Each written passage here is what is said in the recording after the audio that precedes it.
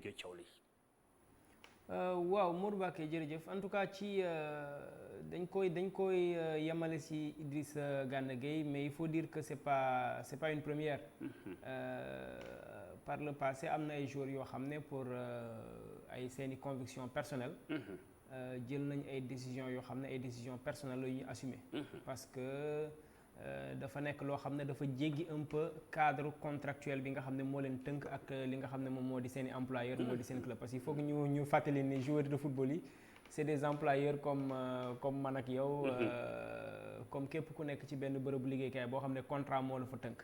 maintenant contrat bu la tënkee dafa am ci lum la tënk. am ci loo xam ne également mënu tënku la ci. donc dafa am yoo xam ne dafay tourner autour du football c'est vrai mais mën na bañ a nekk directement li nga xam ne moom moo tënk li nga xam ne moom moo di joueur de football professionnel yi ak seeni employeur. léegi nag ci cas boobu nag on en a vu comme ni ma ko waxee sànq am na ci yeneen situation même bu fekkee peut-être situation bu ci nekk mën nga ko bañ a méngale forcément ak basam gis nañ par exemple Zaha di joueur Crystal Palace bu Côte d'Ivoire. bi nga xam ne jamono yi ne ak coow Black Lives Matter bi nga xam dañuy teg genoux yi ci suuf pour xeex un peu racisme ak affaire yooyu moom mu gis ne débat boobu convaincre ko wala en tout cas forme de combat boobu ak coow loolu yëpp gisu ci boppam bi ñëpp sukkee teg ci kiwam mu jóg taxaw c'est sa liberté. gis nañ également par le passé ci journée yu mel ni yi nga xam ne moom moo am actuellement di lutte contre l'homophobie ak affaire yooyu dafa am moon moment boo xam ne brassard lañ doon takkaloo ay capitaine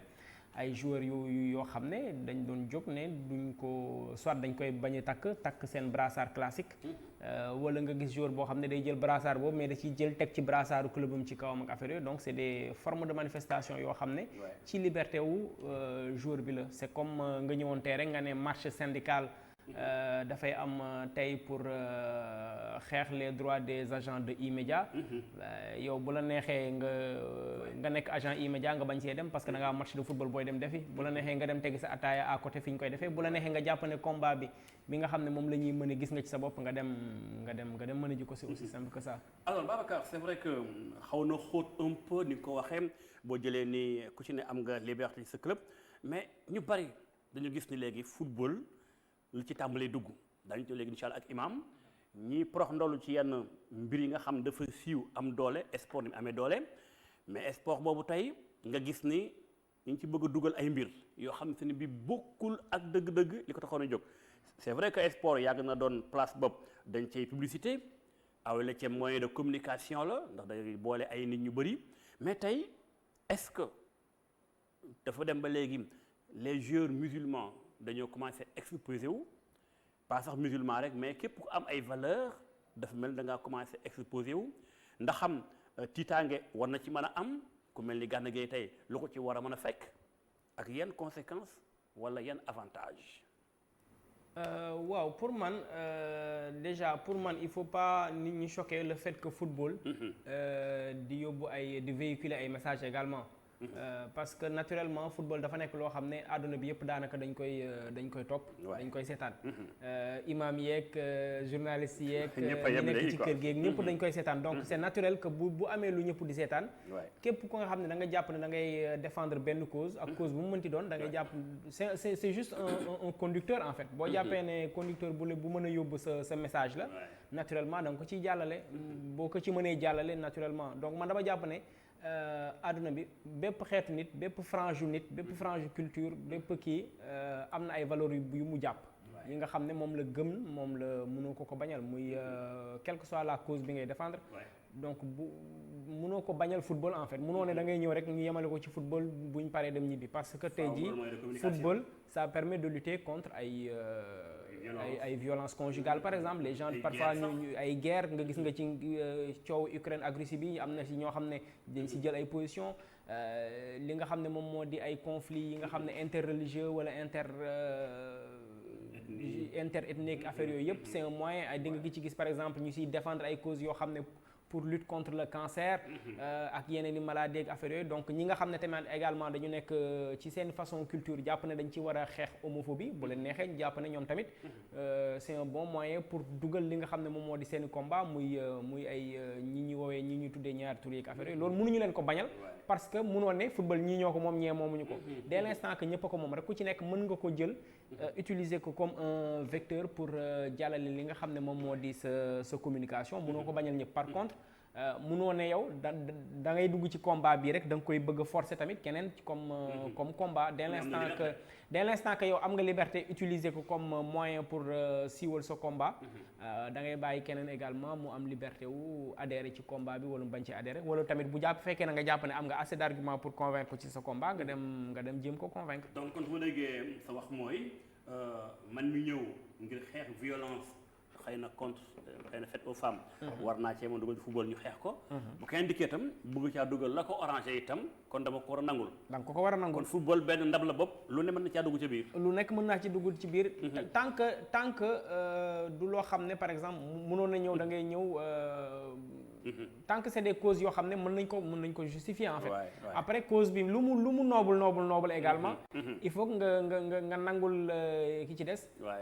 droit am bañ a défendre cause bi c'est-à-dire tey jii cause lutte contre le racisme kenn mënu ko wax ne c'est pas une cause noble wala lutte contre le racisme sax mën nga ne ñi raciste wala affaire yooyu mais lutte contre le cancer c'est une maladie boo xam ne mën na dal ñëpp mais à la kulli haal même boo ne lutte contre le cancer ki nga xam ne mbokkam cancer da ko rey sax bu ko neexee mu ne je suis pas convaincu du ma défendre cause même bu fekkee da ngay jàpp ne rafetul wala nangam mënoo ko ci forcer parce que kaa ñu dem xeexi jëye bi kaa ñu dem xeexi ki ngay ànd ak yow pour xeexi doo ko diri pour xeex parce que boo ko diree rek yaa ngi xeex ak moom déjà balaa ngeen di yegg ci xeex c'est ça le principal problème mais la France ñu taxaw un peu dem ci imam la France dafa mel ni France moom fa la coow yi ëppee est-ce que yow mi suivre football lu bëri boo jëlee sport en général mais football France lu tax tout le temps fal yenn i feeñam wala yeneen i mbóot feeñ na fenn foo xam bokkul ak France ci cas yu mel nii waaw boo gisee kaawu Zaha bi ma lay wax par exemple Angleterre la amoon Angleterre la amoon maintenant c'est vrai que France généralement coow yi souvent su amee dafay ëpp ampleur parce que enfin ni ñu ko mën a expliquer mooy. mbaa du xëy na fan Sénégal yëpp a jëmul. non au-delà de loolu sax mais tempête médiatique ci France la gën a mën a amee yenn riir yi parce que souvent coow yooyu bu amee au-delà des sportifs ak yooyu ñi nga xam ne ñooy les hommes politiques souvent dañ koy def moyen pour bokk ci débat bi et très souvent boo xoolee également li nga xam ne mooy paysage politique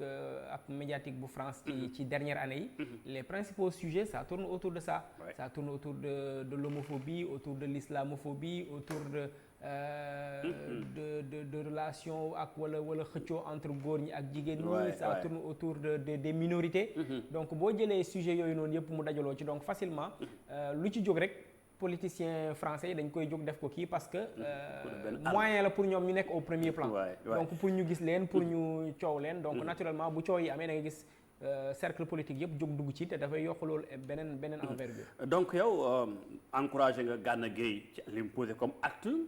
wala da nga am beneen gis-gis xëy na ci lim ku ne am na sa liberté moom itam war naa nangu ñu seen liberté wala lim def moom ànd nga ci man li ma jàpp mooy là dañu dugg ci li nga xam ne moom mooy dans le cadre des libertés individuelles c'est-à-dire man je n'ai même pas à encourager wala à décourager Gana pour man il est assez responsable il a une carrière de plus de 10 ans au très haut niveau il est père de famille xam na li nga xam ne moom la gëm moom la jàpp moom la am comme conviction waxuma sax ci conviction religieuse mais gëm ci man lii laa jëm wala lii laa jàpp ne moom mooy li war a am et dès l'instant que am na possibilité boobu de juger li nga xam ne moom par rapport ak environnement ak par rapport ak li nga xam ne mooy li muy mesurer yëpp bu jëlee décision tant que empiété wul ci leneen li nga xam ne dafay tooñ jàmbur wala leneen ak leneen il est libre de le faire te dañ ko war a nangul liberté moom boobu. très bien de la même manière suba bu amee beneen joueur comme on l'a vu barki dem gis nga benn joueur ci équipe bi ñuy woowee Blackpool ci deuxième division Angleterre bu jóg def communication ne moom dafay assumer ne léegi dafa bëgg a yëgal ñëpp ne àdduna bi léegi moom góor jigéen la que par rapport ak parcours am bëggoon na yàgg na ko bëgg na bëgg affaire yooyu kooku aussi liberté am la kenn mënu ko xañ loolu bu ko neexee mu toogaat ba mu neex ko tamit mu génnaat ci wala je sais pas c'est ça liberté pour man ku ci nekk boo jógee ne man lii laa bëgg a poser comme acte te man li ma choqué dans tout ça mooy cooli li muy bari yëpp ba tey les gens n'ont pas vu Gana wax en fait il l'a fait de la façon la plus sobre possible pour bañ a déranger kenn il jël na li nga xam ne moom la séqal ak dans cette histoire là mooy son employeur mooy son patron il a posé un acte son patron n'a qu'à apprécier sur cet acte là maintenant